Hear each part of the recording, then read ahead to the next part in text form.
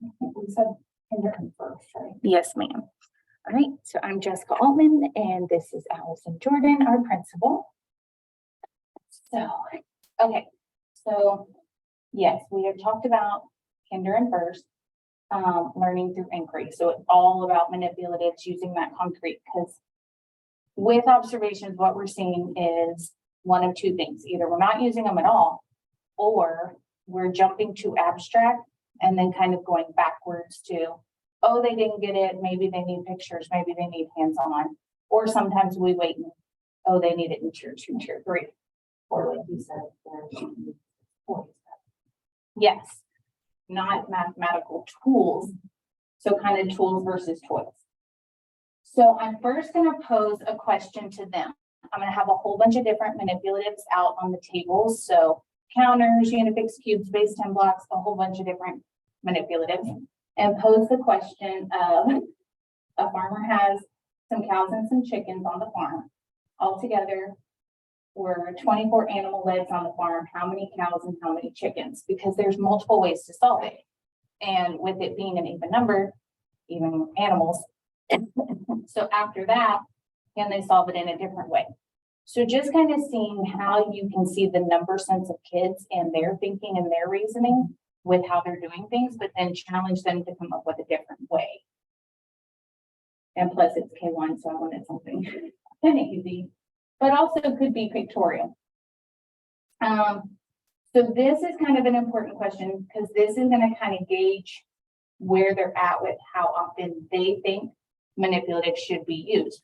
Should they only be used in stations? Should they only be used in small groups? So it kind of helps me see where we're at for this next part of what is considered a manipulative, when we can use them and why we can use them. So just kind of thinking about differentiation, thinking about like if we are waiting till tier 2, tier 3, we kind of missed that opportunity.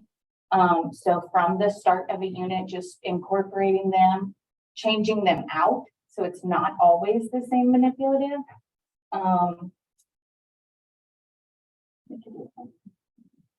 Reading until tier 1, tier 2 is too late. Yes.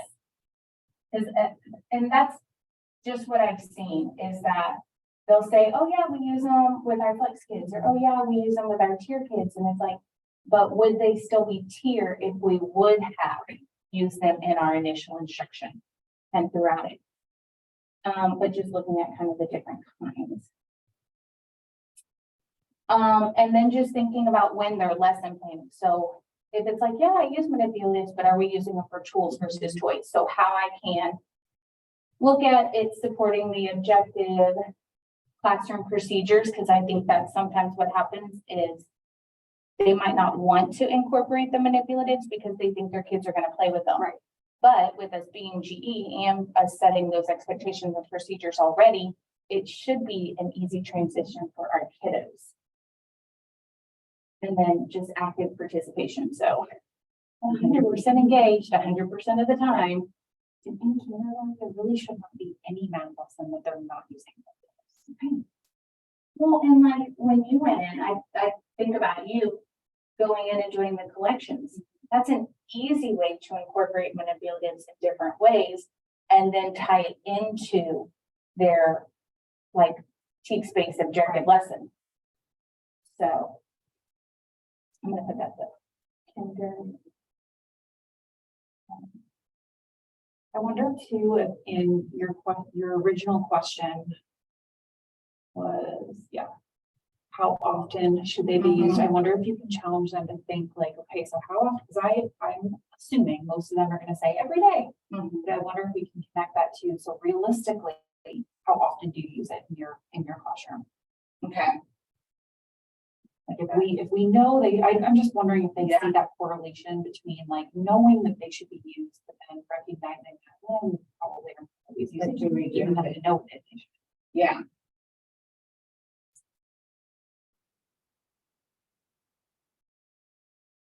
I do have a question. Oh, we are going to do a Jamboard of ideas that they might have for their units. Okay. So, and I'm going to provide examples after, but this is an example for expanded form. So the student rolled a dice for tens, a dice for ones, then they built it with the manipulatives and they wrote it in expanded form. These were examples of doing 10 more, 10 less. So they built it with the base 10 block, 10 more, 10 less, and then found it on their hundreds chart. So just taking it from that concrete to the pictorial. These are just examples that I saw. So what I want them to do prior to showing them the examples is kind of come up with a Jamboard. So if I don't know, like, okay, maybe I could get an idea from this grade or this teacher of they incorporated it in this lesson or in this station, and I can do that too. So it's just kind of like a important to go back to. This is what I need permission on. For walkthroughs. I know we're getting to where like the next round of walkthroughs are going to be due. So could this be something that we're looking for in our K1 math lessons, that we're using a variety of methods that students are able to explain, so that it does demonstrate it's a tool, not a toy, because I can demonstrate my number sense with the manipulative, which I think is going to be the biggest thing. Yeah, I might add on there too, something about procedures, like, okay, student.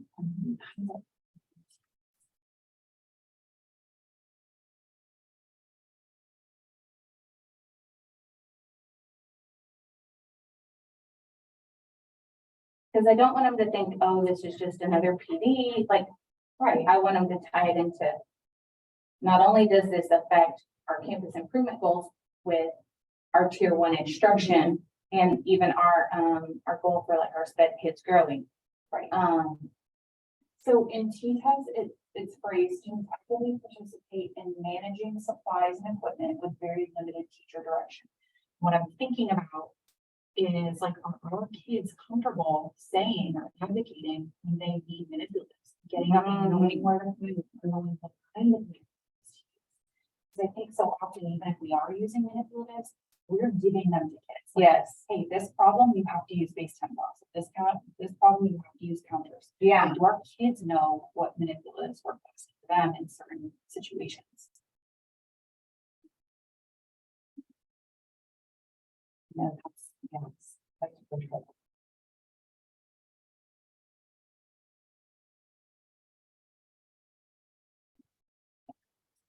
I'll put that in there next time. Okay, so I do know also, and a side note, we're starting all together, and then I know we're splitting up. Will we move to the collab room since we're smaller? I have not worked that out. Okay, so I just thought it would be easier to move to the collab room only because we're K1 and the other is 2, 3, 4, and 5. Are they staying together? Do you know? I don't know. That's why, because if that's they're what going I'm- somewhere else, Because we I could think stay. they said second grade would go do Topaz tools, so they could go back to a classroom. okay, And then 3, 4, 5 can stay in the library. okay, yeah. So I'll mark this as collab room. And just kind of an idea, because I saw, like I know PTO has to talk, so Yes. about how long will we have for the, I'm gonna Whole say with updates between PTO and what I have to share, we'll probably need a solid 10 minutes and the rest will be for you. okay, perfect. So I'd say you've got a solid at least 30 minutes. That's perfect. Okay. All right. I think that's all. Perfect. Okay, so your questions? No, it's great. Okay, I mean, more than anything, it's just bringing that awareness back that, hey, remember, this is something we should be seeing every single day. well, and I think, like you said, like with the T-test, do the kids know? Do the Right. kids know where the manipulatives are? Do they know like which ones they need, when they need them? And then being able to advocate for themselves. Because I didn't think of it that way, so I love that. So thank you for that feedback. Sounds good. Thank you. Yes, you will That's receive. digestible too. No, it's not too much information. And that's what I wanted. I didn't want it to be, like this hour and a half PDs